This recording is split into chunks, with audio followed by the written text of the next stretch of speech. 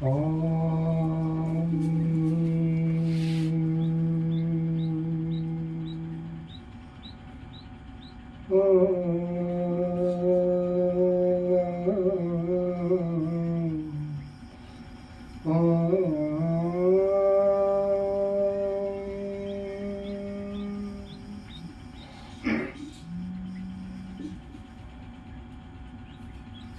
श्री राम जय राम जय जय राम।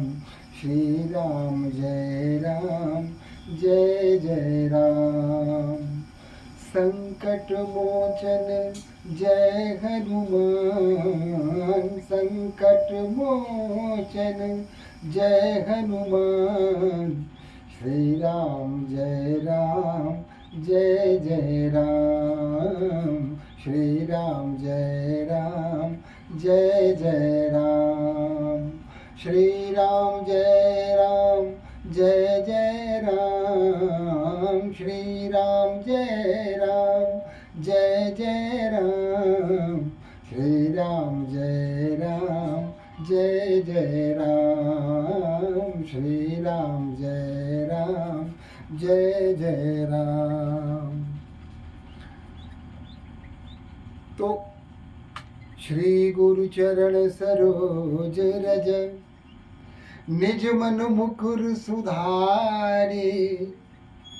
बरनउँ रघुबर विमल यस जो दायक फल चारि। बुद्धिहीन तनु जानिकै सुमिरो पवन कुमार। बल बुद्धि विद्या देहु मोहि हरहु कलेश विकार।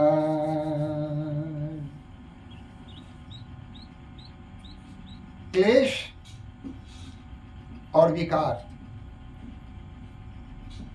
अगर इन्हें कोई दूर करने वाला विश्व में है, संसार में कोई है, ब्रह्मांड में कोई है, तो श्री हनुमान है।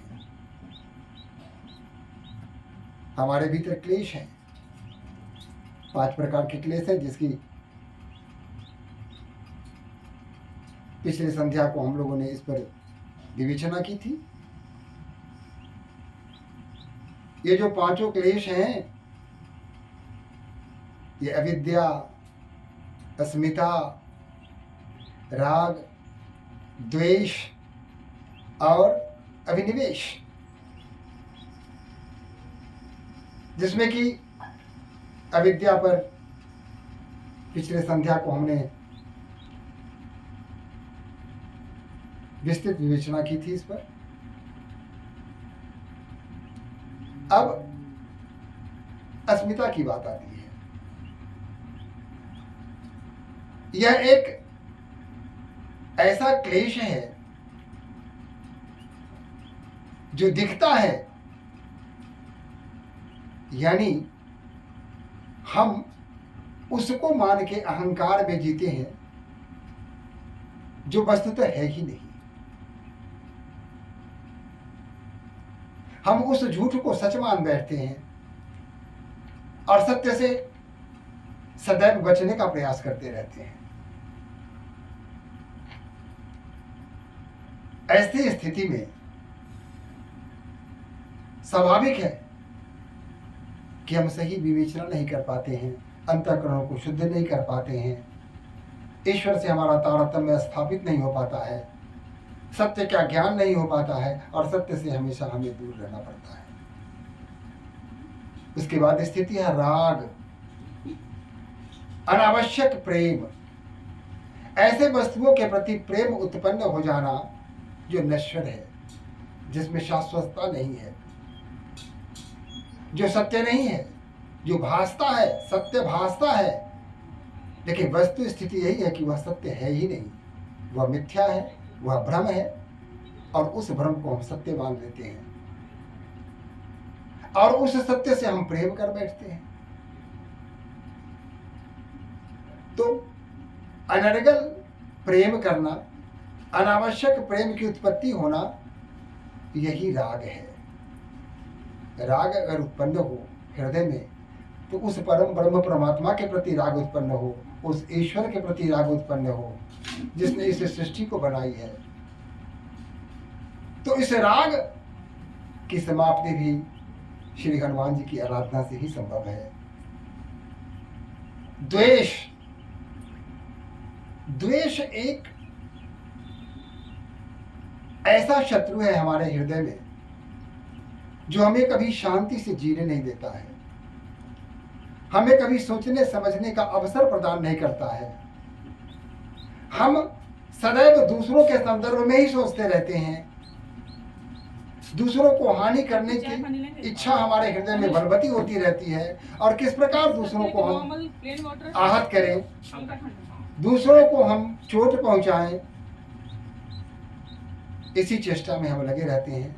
यह द्वेष है। द्वेष से दूसरों का तो कम, अपनों को ज्यादा नुकसान उठाना पड़ता है। हम स्वयं प्रभावित होते हैं, हमारी शांति, हमारी मानसिक शांति चली जाती है, हम स्थिर चित्त नहीं कर पाते और एक आग में जलते रहते हैं।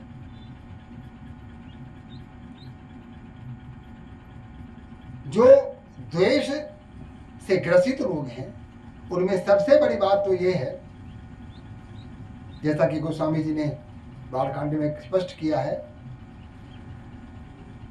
वचन वज्र जहि सदा प्यारा,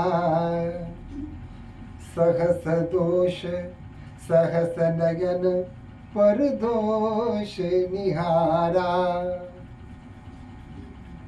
जो हमेशा कठोर वचन का प्रयोग करते हैं, कठोरता उनके जीवन का एक अंग बन जाता है।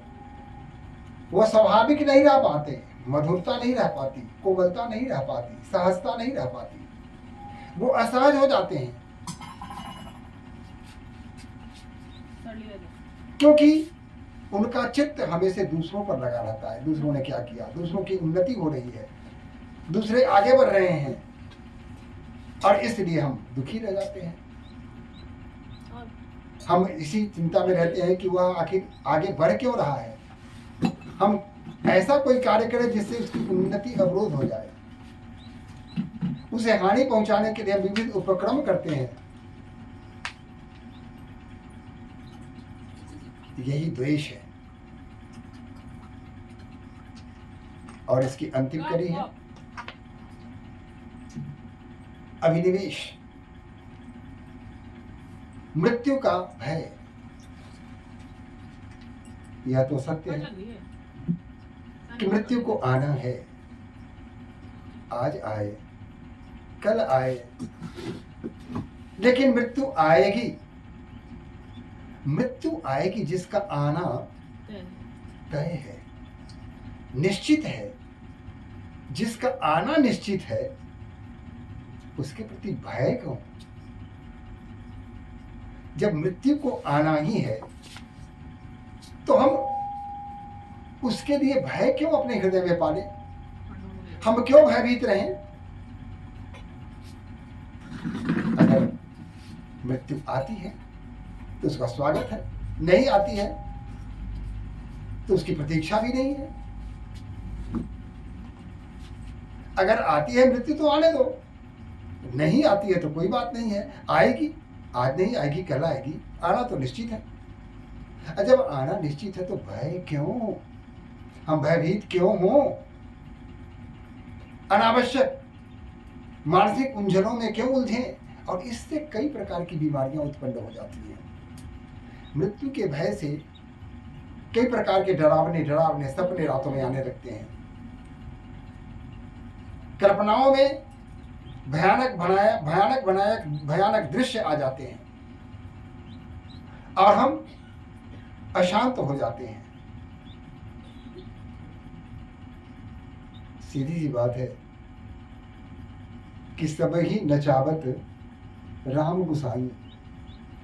जब वही सब कर रहा है तो हम अपनी ओर से कुछ क्यों करें? हमें सिर्फ अपना कार्य पूरा करना है। हम जीवन में आए हैं, इस संसार में आए हैं तो ईश्वर ने हमें कुछ दायित्व देकर भेजा है। उस दायित्व को निर्वहन में हमसे जो भी हो पाएगा हम उसे करेंगे।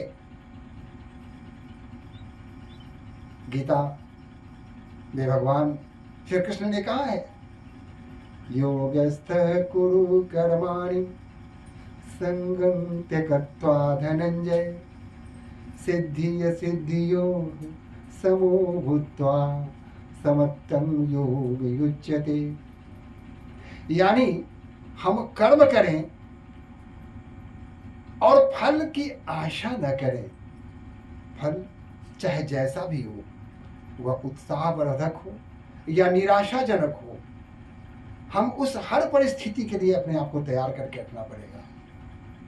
तो हमें हमारे दायित्व में, हमारे वश में केवल कर्म है और हम कर्म करें। अपने कर्म के बल पर हम अपने इंद्रियों पर को अपने वश में कर सकते हैं, अपनी सोच को अपने वश में कर सकते हैं।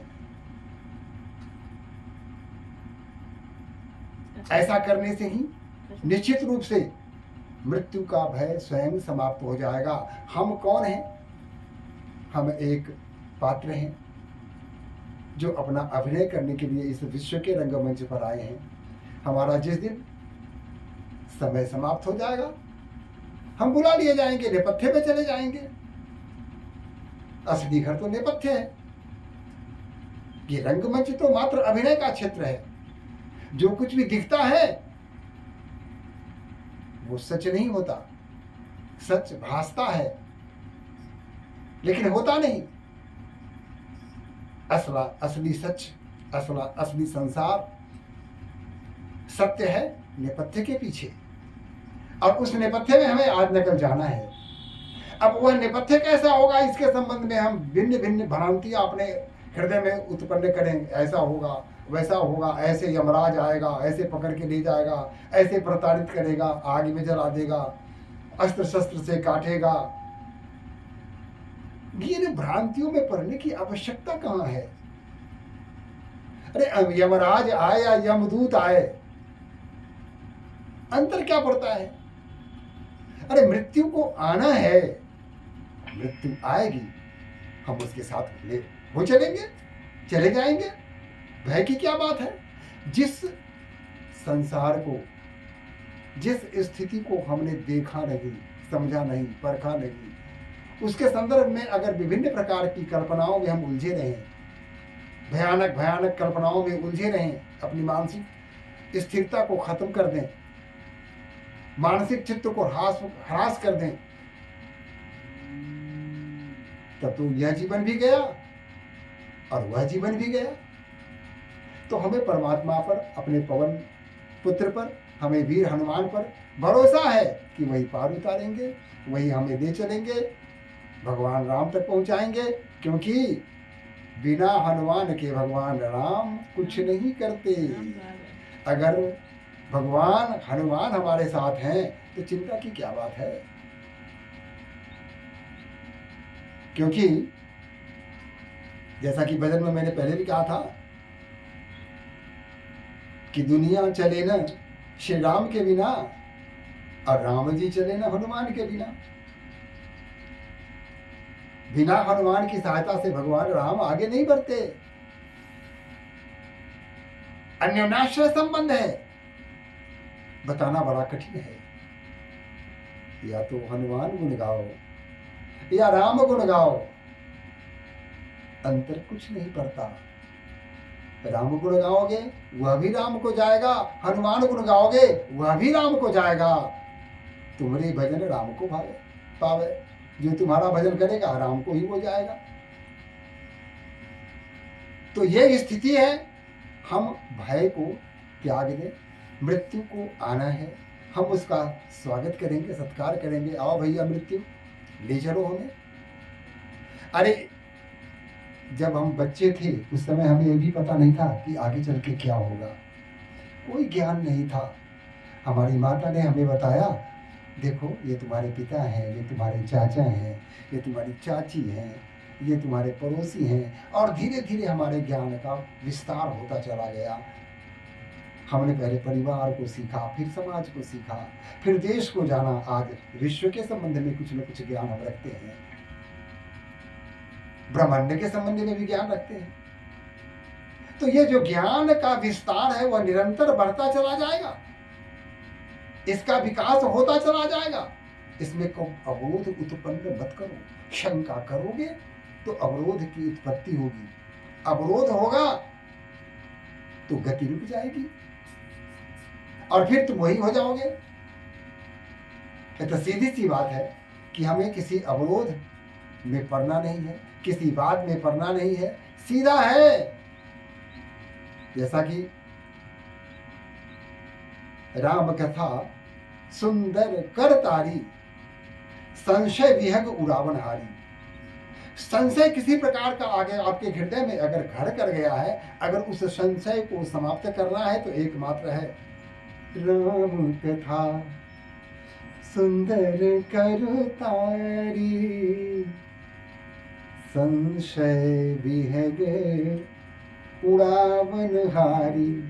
किसी प्रकार का भी संशय अगर आपके हृदय में घर कर गया है तो भगाने का एक ही तरीका है, ताली बजाओ, राम गुण गाओ। संशय की जो पक्षी है अपने आप उड़ के भाग जाएगा, उसे भगाने की आवश्यकता नहीं है। ताली बजा के हरि नाम गाओ। तो आइए आज हम फिर हरि नाम गाते हैं, सभी मिलके गाते हैं। श्री राम जय जय राम, श्री राम जय जय राम, श्री राम जय जय राम, श्री राम जय जय राम, श्री राम जय जय राम, श्री राम जय राम। संकट मोचन कृपा निधान, संकट मोचन कृपा निधान, कृपा निधान, कृपा निधान। जय हनुमान जय हनुमान, जय हनुमान जय हनुमान, जय हनुमान जय हनुमान, जय हनुमान जय हनुमान। जय श्री राम जय श्री राम, जय श्री राम जय श्री राम, जय श्री राम जय श्री राम।